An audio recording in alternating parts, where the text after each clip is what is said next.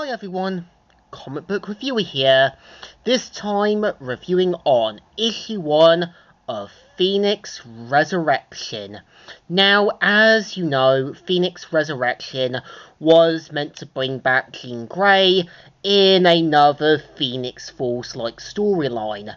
And my best thoughts about Jean Grey as a character, she works fine on her own, but I think when you've got the Phoenix Force in the main Marvel continuity, it seems like her character just screams waste potential and is usually brought back at one point, killed off, brought back, killed off, and so forth. And it seems like she becomes more of a plot device and more for only when the Phoenix Force needs a bigger storyline. So the cover mainly has Jean Grey in her Phoenix Force-like uniform, so let's get on with the story. It starts off with some kids riding on their sort of bikes until they see a kid who obviously they think might be dead. And of course, if you know Jean Grey's origin, this is meant to be based on her friend Annie, who says, "Dead for better.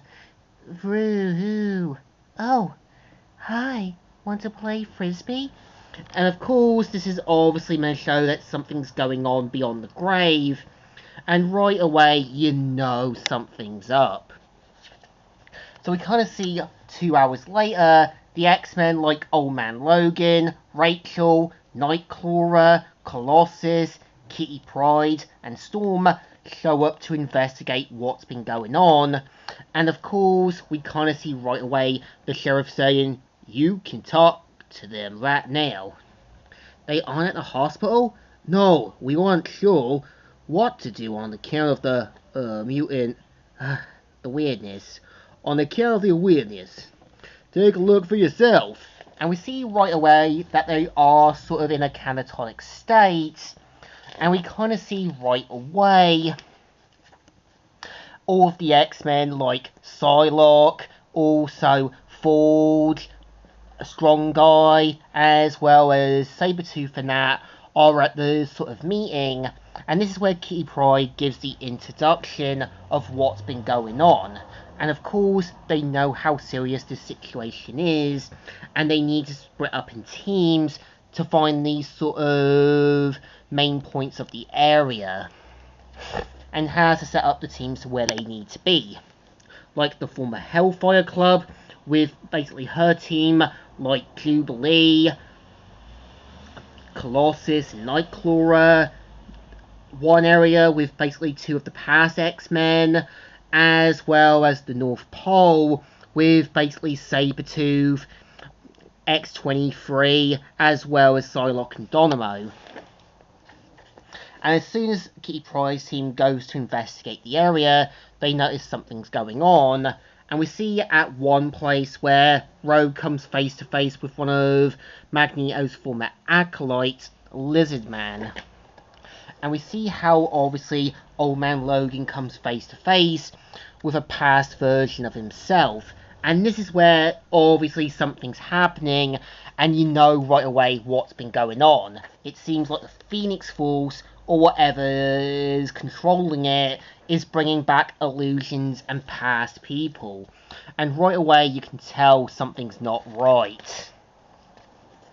And we see right away, after everything starts to calm down, even some of the X-Men do question how some of them aren't meant to be human, something's going wrong, and that's whatever this force is, it's doing some questionable, shady things. And we see right away some of the X-Men looking from the sky, and they know right away what it is. It's the Phoenix Force.